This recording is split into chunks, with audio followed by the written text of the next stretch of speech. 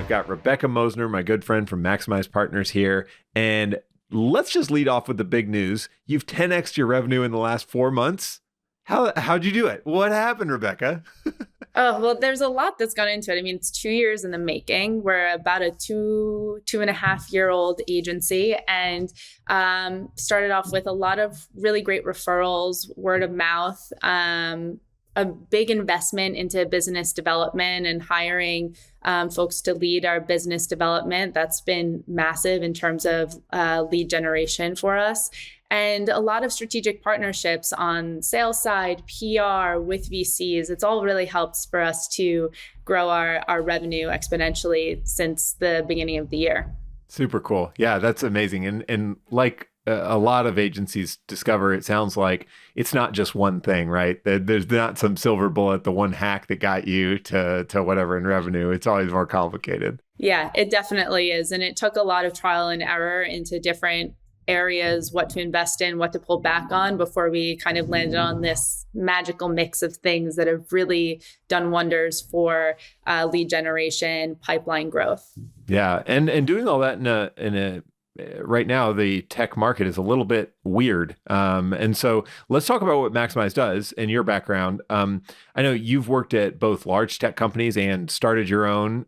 So you've been in this space for a while, but give us a quick rundown of how the whole thing got started. Yeah. So I'm one of the managing partners at Maximize, like you said, along with my co-founder, Mitch Weiner. Mitch and I met at DigitalOcean. He was one of the co-founders and was the CMO of DigitalOcean, hired me onto the team on the community side and communications teams. And I really fell so deeply in love with developers during my time there and building out developer communities and supporting them. And there's just something so magical about the way that developers learn and also interact with each other and interact with companies. And, you know, to earn a developer's trust, it's really meaningful as a company. It's not like, you know, not to knock on other industries, but it takes a little bit less when you're talking about like a skincare brand to earn trust than for a developer who, you know, who wants to see the data, wants to get into things, and, is also being pushed with so many other tools, especially in 2025, where there's a new company serving the same sorts of needs every single day. And so I was at DigitalOcean for 3 or 4 years. And then I moved to MongoDB, and I was on the communications team at MongoDB running social. And I think social media is such a powerful tool for companies and the people who run social media, not to be biased, but are also really, really incredible marketers and have to have incredible minds because you're just tackling so much. It's kind of like mini CMO ship because you're interacting with every single team as somebody who is running social media for a brand. You're working with the product team and product marketing. You have to engage with engineering, with HR for like crisis management. Yeah, support. You're working all that. Yeah, totally. Everything. You're escalating things internally with support. You're de-escalating things externally with HR and comms teams. You get exposure to PR, and it becomes something where you, and not even to mention, by the way, like also brand campaigns, the creative side, having to be very data driven in the kinds of content that you invest in across social. So it was really wonderful to have that experience at MongoDB as well. And work so closely with their sales team because MongoDB has like this killer enterprise sales function. And after I was there for 3 or 4 years and was ready for my next challenge, I got back in touch with Mitch. We had been like in communication since I had left DigitalOcean and since he had left as well. And something that I had observed during my time at MongoDB was working with third-party creators is really, really tough. It's very easy to like that foundational 101 level kind of content that like very SEO driven. It's kind of like regurgitated 100 different times across 100 different sites. But the thing that's tough is like, what is the next level? How do we actually like provide the next value or more value so that somebody who is looking to solve a problem can do it effectively if they're not just looking for like that basic kind of tutorial. And so Mitch and I started a company called Sponsored, which connected content creators in the technical spaces across podcasting, videos, tutorials, etc., with B2B brands who are looking to tap into developer audiences. It was like a huge pain point of mine at MongoDB when I was working on really big campaigns and had to work with influencers, or tried to, like I'm using influencers with quotes, air quotes. But not that they're not influential. They're mini it's just influencers. that, Yeah. But it's more of like, I think that usually developers that I have had experience working with really tend to shy away from that. It's more like content creators than like influencers. Yeah. They don't want to be called that. Yeah. Right. Yeah. So, so we started a marketplace that helped to solve this problem that I had personally dealt with a bunch of times. And so had Mitch. We were working on that for about 1.5 years. And like slowly what things evolved into was like, we don't really like to play this like LinkedIn matchup game of networking. And what we really love is working with brands from the like very beginning to help with much more like concrete foundational marketing and go-to-market work, specifically within the developer ecosystem, because we know Mitch has built DigitalOcean from the ground up, from 0 users to millions and hundreds of millions in ARR during his time there. And I just love working with people and had built my company and our company from the ground up. And, that was the most fun part of doing it and the most challenging part. But so after about 2 years, we got together, said, where does this go next? Like what will fill our cups, and how can we provide more value to people than just like connecting content creators? And we settled on, let's actually run an agency. There's not anyone who's like working with really early stage brands in a more holistic way. It's a huge risk, but that's like where we really like to work. It's figuring out the brand story and figuring out product story and helping to validate product market fit, helping with like funnel optimization and building community and content generation, and eventually like getting out of the way and helping them to hire so that they can just do it themselves and we can go and help the next company. That's like kind of our mission. Oh, cool. So much to dig into there, Rebecca. One thing I want to ask you about is comparing and contrasting running a marketplace to an agency, because sometimes the line is kind of fine, right? Like with draft.dev, and we're kind of in similar spaces here where we've got a huge pool of writers who write for us and then for clients through us or whatever. And it almost feels like a marketplace sometimes where we're trying to find the right person, but it's all hidden behind the scenes. So it's not like the clients see it. And with you guys, with the way you were doing it, like, tell me about that marketplace model and what worked about it and what didn't work about it, because I imagine you've kind of taken some bits of it over to the agency too. Yeah, I mean, I think initially one of the biggest challenges was like this chicken or the egg kind of scenario where if you have too many content creators who come onto the platform and not enough brands who are willing to work with them, they lose interest. And the risk to them was pretty minimal because it was free for them to join. But on the flip side, if you invite too many brands or you have too many partnerships in flux, and then they come and join the marketplace and no one is there, you've lost them. So that was initially like probably one of the bigger challenges. The other challenge was like really, finding super high quality content creators that had very engaged audiences, and that were, like there was clear ROI that could be achieved from working with them. I mean, it's like I said, there's a lot of that like 101 level content that exists out there. And that's what a lot of people lean on. And companies don't want to just pay somebody to tweet, hey, check out X product and it's cool. Like go give, go like them on Product Hunt. That's not value adding at all. And there was also some education on the brand side about, okay, if you want to work with these people, there's some like work that you have to do on the relationship building side, because it's not just like, here's a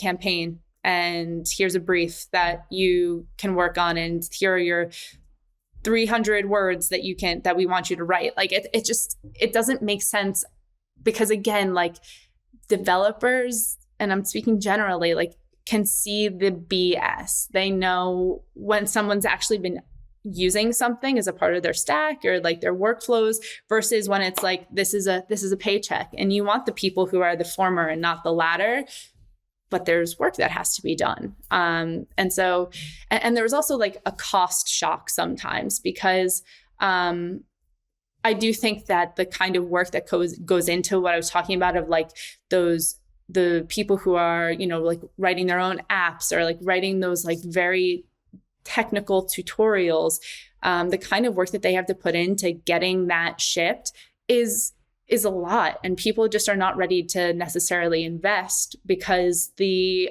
proven ROI is just, it hasn't been there historically. We've seen that a lot. And I think this is I wanted to talk about this too. This is a bit geeking out on this industry because I know it well too. So for those of you who aren't familiar with the developer marketing space, this is going to be maybe a little unique. But one of the challenges there with the earlier stage startups is that they have a hard time investing in marketing, in my experience. Not every one of them. There's plenty of them that understand it. And I imagine you guys do a lot of work educating them on that. But like, what do you say when a founder is like, well, our product is just so good, it kind of sells itself? Or they say like, people should just be talking about this because it's so good. Or, marketing is something that, yeah, we'll do a little of it, but if it doesn't show ROI, we'll shut it down. Like, how do you get them shifting their thinking around marketing? Some founders do understand the value of marketing, and especially like those really self-aware founders who know, because most of the people we work with, they're very technical or they have a product background, but it's never sales and marketing. I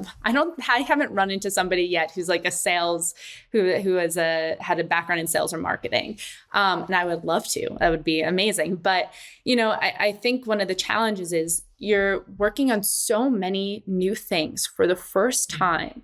And at the end of the day, like what you're going to be doing, especially if you're a CEO, you're not going, maybe in the very early days, if you're a technical CEO, you are coding some part of your day, but that's not going to be something you do long term. And what we can do, the gap that we help to bridge is we treat it as an educational tool, where like our goal is we're not your agency for 2 years or like for 5 years. That there's a problem if we stick around that long, because it means you're not growing internally. And so what we try to help, how we kind of sell things ourselves is working with us and with our background really helps you to become a better CEO, so that you don't have to pay attention to marketing. You don't want to pay attention to marketing? Good. You don't have to, because you will be able to detect what's working versus what's not, the BS from the good stuff. And you can put it in somebody else's hands internally. That's not ours long term. And, I think the other thing is too, I always use like this analogy of like, the Legos, like the really big Lego sets, like the Titanic ones, it's like 20,000 pieces. That's the dev tool ecosystem at this point is like, if you took all of the bags that are included in that box, you open them up and you dump them out on the floor. Like, how do you find any of the pieces? How are you distinguishing pieces one from another? It's marketing. You have to be like that one piece that is so different from any other piece out there. And it's not just dev tools in general, like it's all of the different areas of how many companies are like marketing themselves as an AI driven backend as a service right now. Like there's a new one every day. Or like AI-driven Kubernetes management. It's yeah. SaaS tools in general probably have as that Lego problem. Yeah, that's a really good point.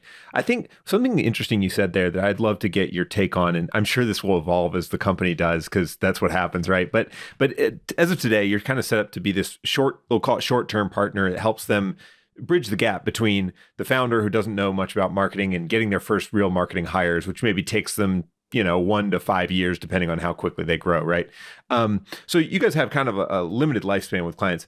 Is the plan then for the business like stay in that area of working with these early stage startups on limited time engagements, and then moving off, letting them ride off in the sunset, and just kind of constantly replacing? Because I think a lot of agencies really try to aim for like multi-decade partnerships is like the ultimate goal. So I don't think either is right or wrong. And this is not a judgment question by any means, Rebecca, but I'd love to hear your take on it, like what you guys think for the long term. I have to be like totally honest and candid with you. I don't really enjoy necessarily working with enterprise companies. And that I might look at this in 3 years and say like, why would you say something like that? But the truth is like, there was a lot of strategy that went into us and thinking that went into us choosing to work with very early stage companies. I mean, like seed to like Series B is our bread and butter. We work with some Series C, Series D companies now and then, but like the last time we worked with a post IPO company was like 2 years ago.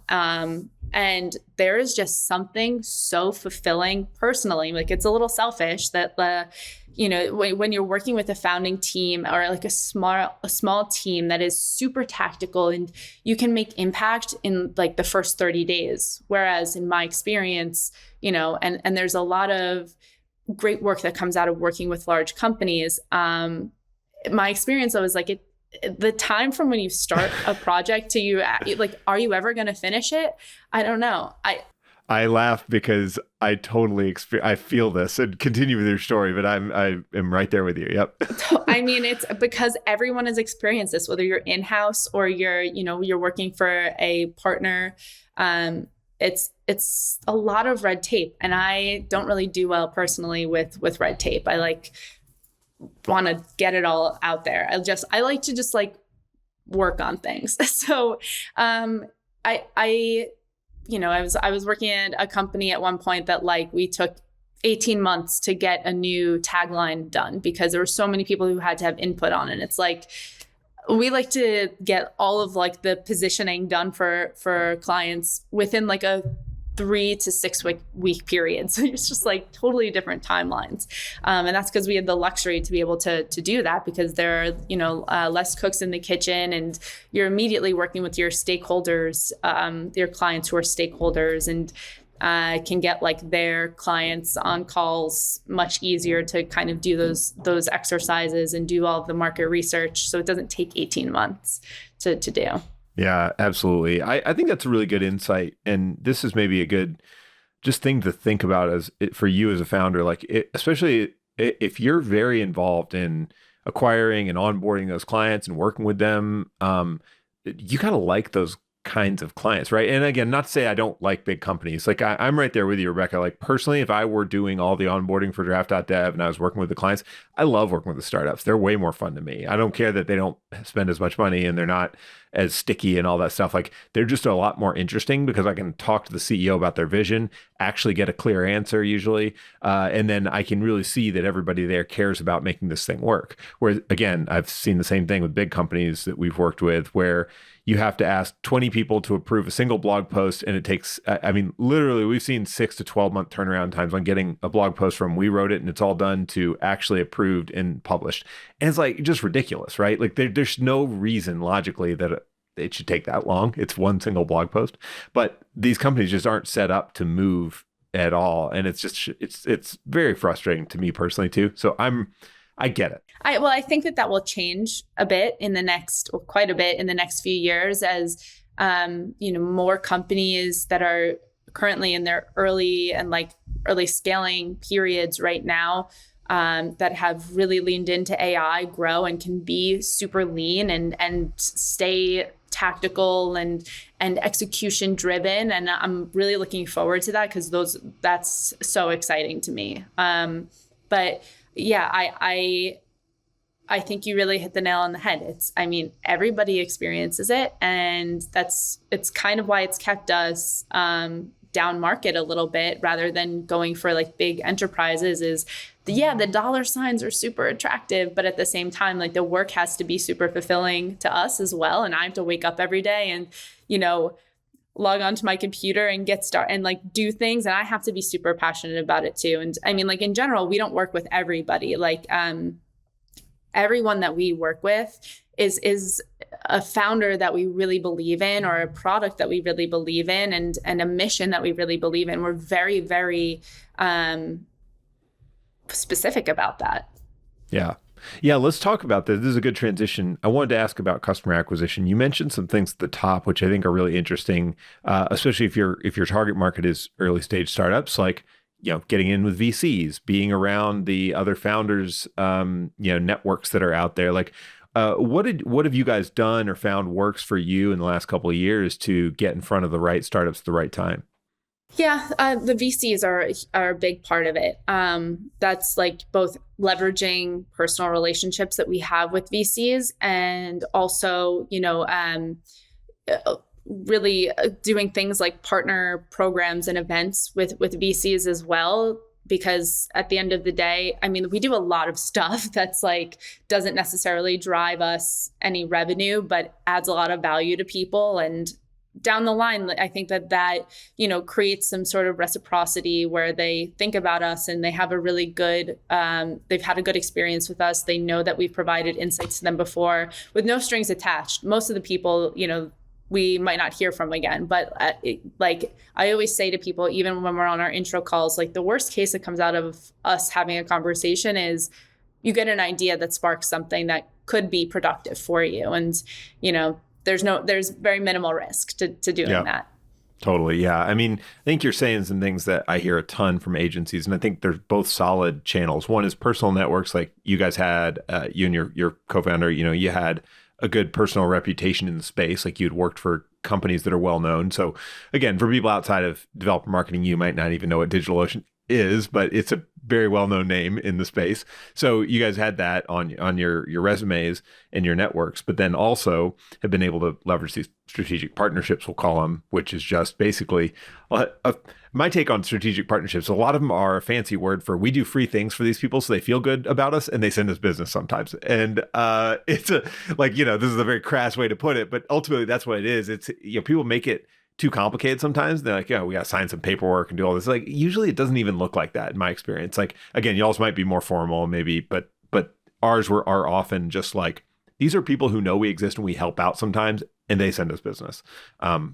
It works. Yeah.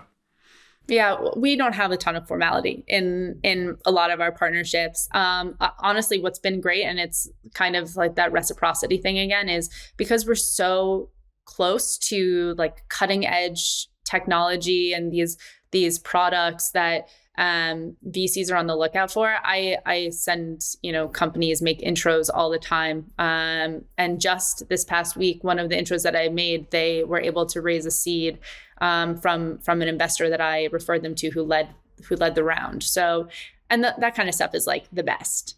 Oh, totally. And that's what's really unique about certain markets, and tech is probably one of them. VC funded tech is a good market example of this, where it's very well networked and tightly connected. So all the same, investors and founders kind of know each other. And again, you can get yourself injected into that little circle and start making intros and being very helpful, and business will come your way. So this is something to think about just more broadly. I think, when people starting agencies, is how tightly connected is your market? Like, is it one where you're going to have to go to each of these and they're very contentious, they don't talk to each other, your customers, or are they kind of more collaborative in their approach? And are you going to be able to talk to lots of customers and make good intros? And is it going to be free flowing? Are they going to want to collaborate?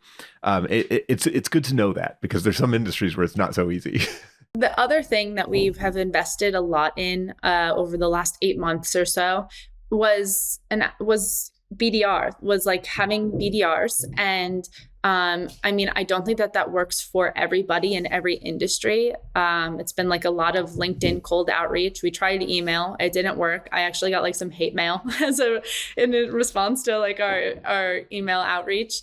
But like the way that I've approached LinkedIn has not been, your traditional like spammy, here's a like a link and here's some work. And we worked with an operations, a fractional operations leader to like help to create a lot of our foundational frameworks. And she was really insistent on like, you need to show your work and all of this stuff. And I was like, you know what? I know this industry, and what actually will work is no links, just like much more casual, lead with our experience. To your point, like we're lucky enough in this industry, which is so like data driven, show me the money, is like, we can just say like, we from these companies like have started this agency, tell us about your goals, would love to jump on a call, that kind of thing. Like, here's the value that we can provide to you. We'll show it to your face.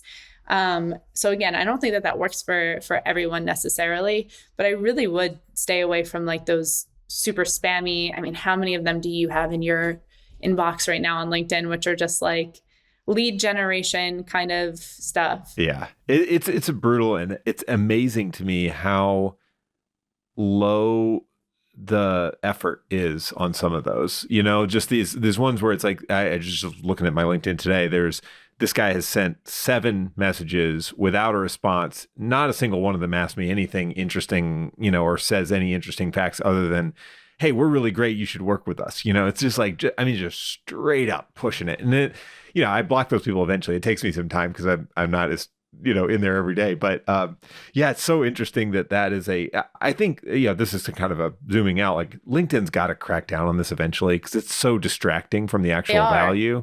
Yeah. Okay. They have actually in the last year, they cracked down to even limited number of connections each day that you can connect with. And then there's a limited amount of actual messages that you can send out. But people have found ways around that, like creating fake LinkedIn profiles. And so it's obvious. And then also too, like just as an aside, we say like I send 2 messages max. That's it. That's all like they're allowed to send. Is if someone doesn't reach out after a second message, don't give them a reason to say something to somebody else about us, because like you've said before, it's quite a small industry and everyone talks at some point. So like, you know, you have to have a lot of integrity when you're doing those kinds of things. Totally. Yeah. So you guys have grown a lot. One of the big challenges that comes with growth, and honestly, I think it's one of the reasons a lot of agency owners choose to not grow too much or too fast, is the challenge of delivering the service at the same high quality as you grow. What's been your answer to that so far? Like, how have you all been able to extract yourself from most of the service delivery, or are you still pretty involved, and at what level? We are super involved in just the delivery, both on the strategy side and execution side, very, very hands-on. And it's one of the things that we actually sell ourselves on too, is, you know, you're bringing in Maximize, who you're bringing in is, you're bringing in myself, you're bringing in my partner, Mitch. You're also bringing in, we have actually hired another partner on the team who is like just a fantastic mind at the intersection of data and product and marketing. And I've never met someone like him before, who is just, he's fantastic. His name's Joey. And so you're really hiring us to get in the weeds with your team, and to also like act in some cases as like a functional CMO, all the way down to like a marketing manager, right? We're doing it all. And, you know, as a result of that, yeah, we've had to hire. There's definitely been growing pains and we've learned some lessons along the way. But the other thing that we do offer is, you know, based on our experience, I mean, collectively, we've been in developer marketing specifically for 30 years. We have an extensive network of people who we bring in who are very, very specialized at certain things. So like for PR, you don't want me doing PR for you. I mean, I can do some like very light level syndication kind of work, but you don't want me to be, you know, like pitching you to TechCrunch. I don't have the context, but we have somebody who is so phenomenal at developer PR. He's just fantastic. And when it's relevant, we bring him in. He's also great at getting, you know, people onto podcasts that are developer specific podcasts that are very hard to get. Because he leverages his relationships. We have somebody who, you know, was the backbone of several different large developer communities that we also bring in when we're thinking about community building and like that kind of work. We have content writers sometimes that we bring in for very specific pieces. Paid experts on the Google side, and then also across many different kinds of paid channels. And yeah, so the team is like constantly growing. We also have like a fantastic designer, UX, UI, website and product designer. And so we plug people who are super vetted. That's the other key, because, it's daunting when you're a founder, and especially a first-time founder, and you don't know what you don't know, but what you do know is you might not have the right people necessarily to bring in for this, and you're experimenting. And it's something we hear a lot. I'm sure you've heard it too, is that finding ROI on third-party people is tough. I mean, it's why we started Sponsored originally, and then we went into this. And so, what we put our stamp on is we know the people who are within our network that we bring in on things, and they crush it. They're amazing.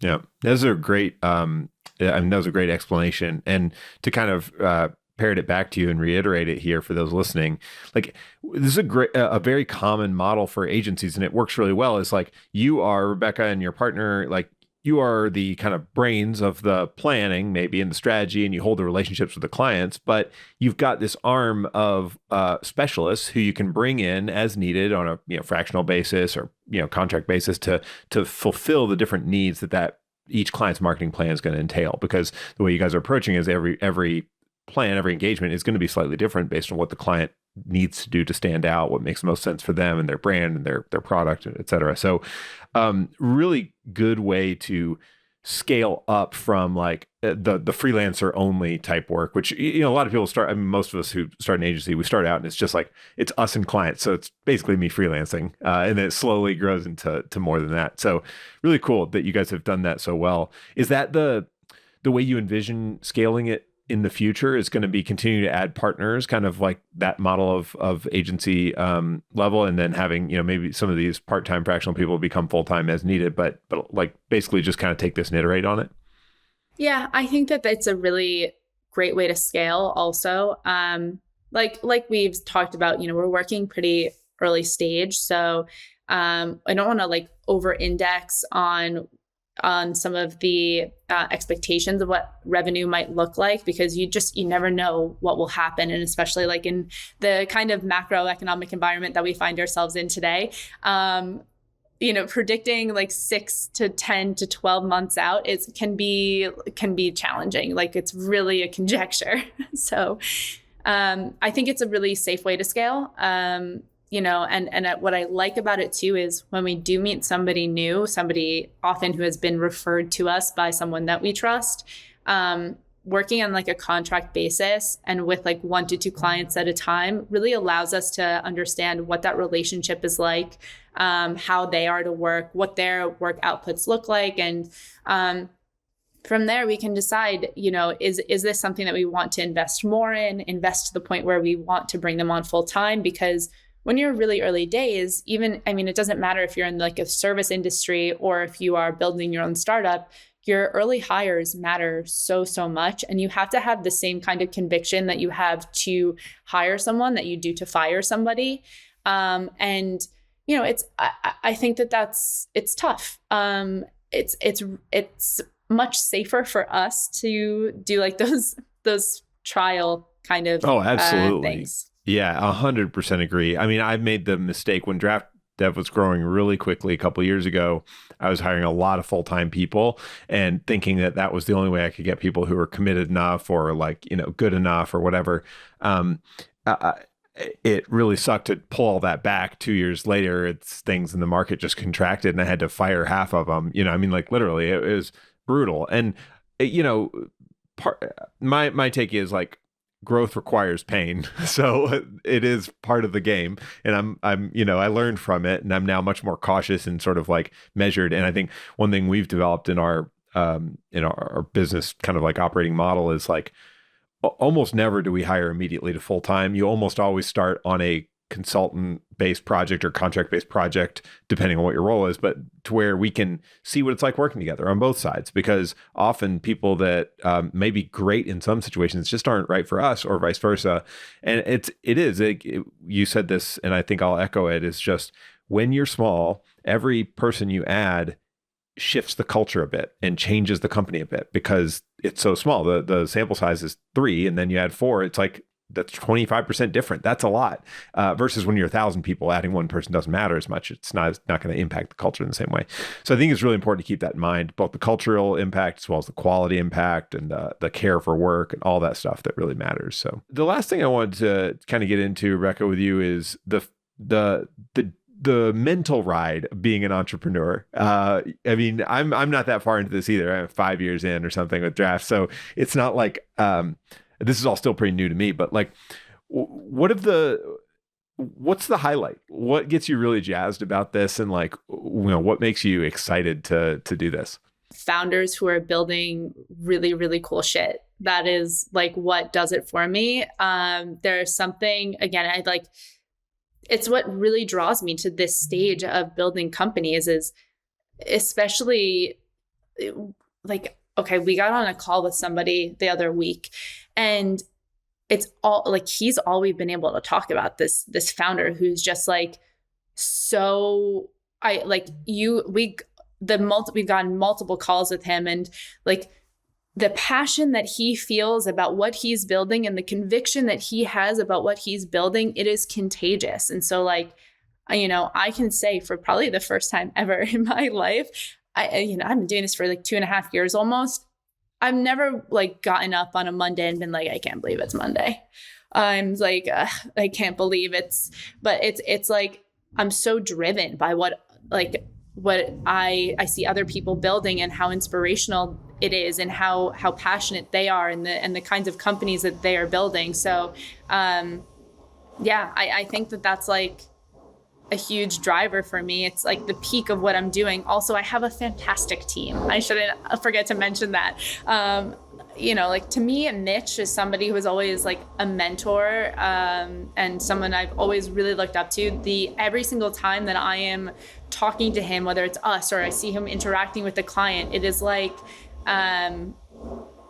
it's incredible. I learned so much, and he like pushes me to grow, and he is just, he's like another really big inspiration to me. And the same thing with Joey too. And like, cause we're like the core partner team is, Joey is like, the way that his mind works is like unbelievable. He's on calls sometimes with clients, or we're just like talking through things. I'm like, the way that your mind connects dots is like unbelievable. It's crazy. So yeah, I have a really, really, really good team that prevents some of like the loneliness feelings too that come with being a founder, because I know how much I can rely on them and like truly trust them, not just to like get stuff done. Because sometimes you're like left with like your hands out, like, where's this work we were supposed to do? But it's like, I can trust them to like do things, do what they say they're going to do. And then also at the same time, like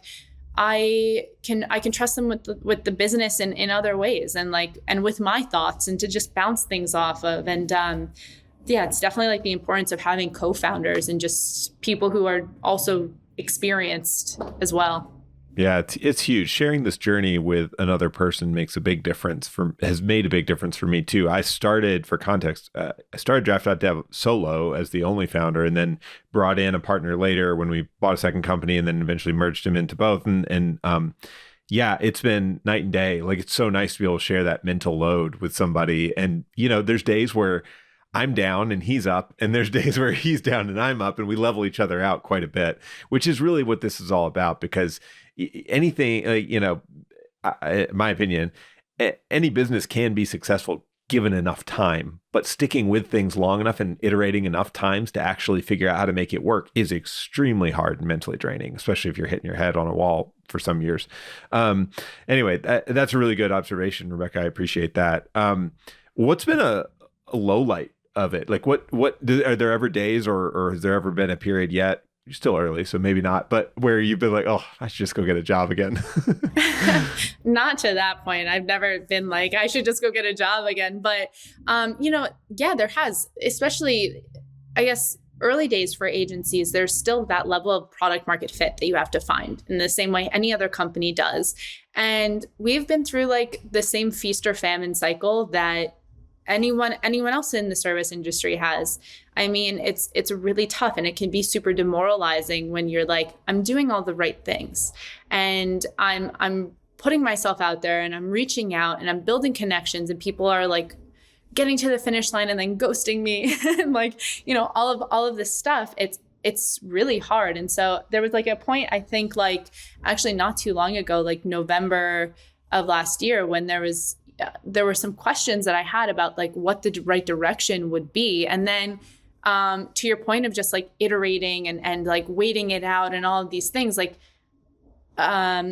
something just clicked, and it just became like the right time for us to like people started reaching out to us and sending referrals in, and like finally the like BD work started working. That took like 4 months to really start working, which is, I actually think in like the grander scale, yeah, it's like actually not that long, but it just proved that we were in the right place, and it was just like a timing thing. So yeah, I've definitely felt like the lows, but not like so low that I was like, I'm going to get back into the corporate world. Right. So, Yeah, I haven't been quite that low yet either, but I totally feel that whole, I go through periods where I am questioning myself and what I'm doing. Like, is this the right way? And you're right. One of the hard things there is that almost anything we do to try to grow our agencies, or at least build consistent pipeline, even if you're just aimed at like maintaining your size, everything takes time to pay off. And so the BD hire, like with you all working with startups, I imagine it's a shorter turnaround than some industries. But I know for us working a little up further in the market, I mean, it takes a year to close a lot of these deals. Like, so in other words, we could increase our marketing spend today, but it's not going to pay off for 6 to probably 12 months in a lot of cases. And it's super hard to go through that lull in between those two things happening. I feel that often. So I'm right there with you. Well, and then there's also the stuff that's out of your control. I mean, not to, again, talk about like the greater economic environment, but like what we saw towards the end of last year was that like VCs were starting to deploy more capital, like starting in September of last year. And it had been a pretty like bad cycle for the last 2 years, and was starting to like improve quite a bit. People are starting to get term sheets and ready to spend. And so that had a huge impact on how things were moving too. So, I definitely don't want to like underplay like how much these third variables that exist in the world really do impact the service industry as well. Yeah, totally. Yeah, that's another thing that I found very hard to mentally to deal with is the fact that there's bits of this that you'll never control. Like you and I will never have any impact on the global economy, macroeconomics, tariffs or no tariffs. Like I have no power to change that in the short term. But it is something you have to, as a business owner, be ready to roll with, because that's just part of what this job is. When you sign up to be a business owner, it's like, you're going to have to deal with some outside stuff. And that's a, again, like a mental resiliency thing that you have to build over time. I think the more of those waves I ride, the easier it gets, but it's still not easy. It's still, keeps me up at night occasionally.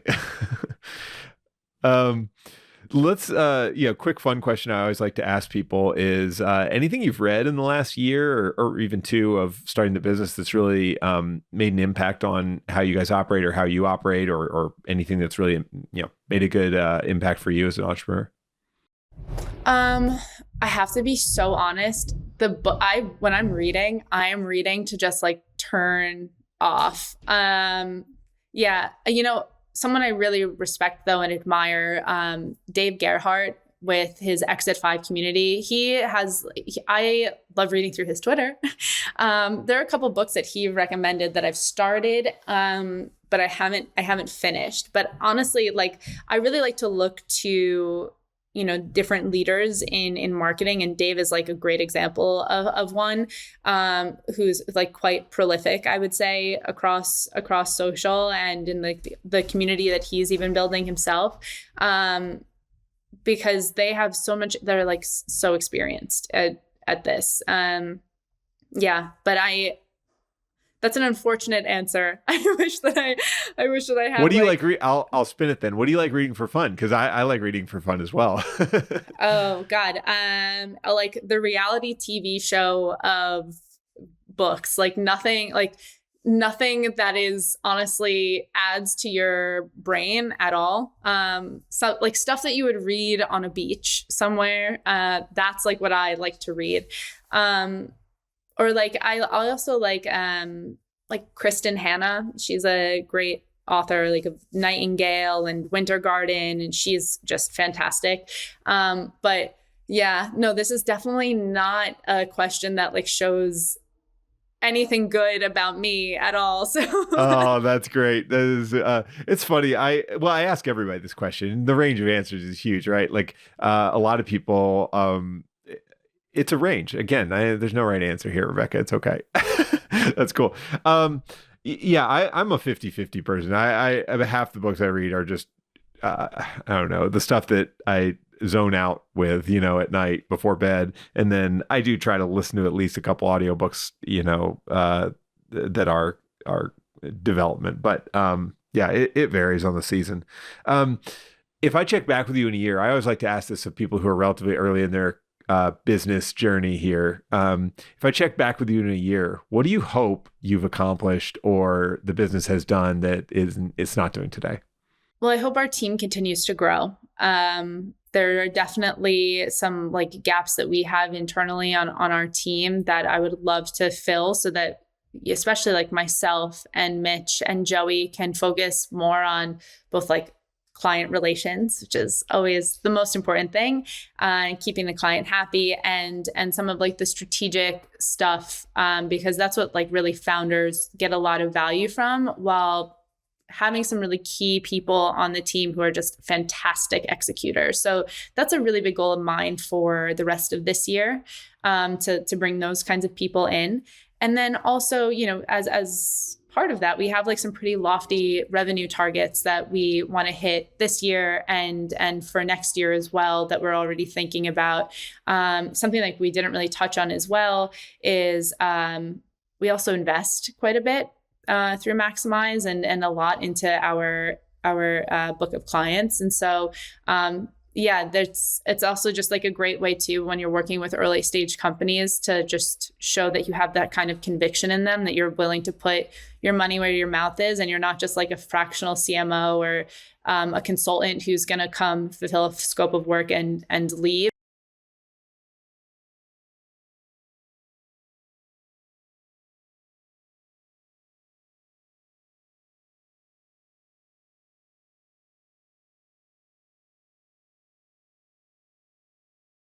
Cool. Yeah, that's great, Rebecca. We'll have to check in with you in a year and see how it's all going. Thanks again for your time. Where can people follow up with you or learn more about Maximize? Yeah, Maximize's website is maximize.partners. And I'm on LinkedIn. My name is Rebecca Mosner. And so feel free to connect with me. Awesome. Thanks, Rebecca. Thank you for watching this episode of Retain Trust. If you like this one, give it a thumbs up and subscribe on YouTube. It takes 2 seconds and it helps others find out about the show. And if you have questions or suggestions for a future episode, leave a comment. See you next time.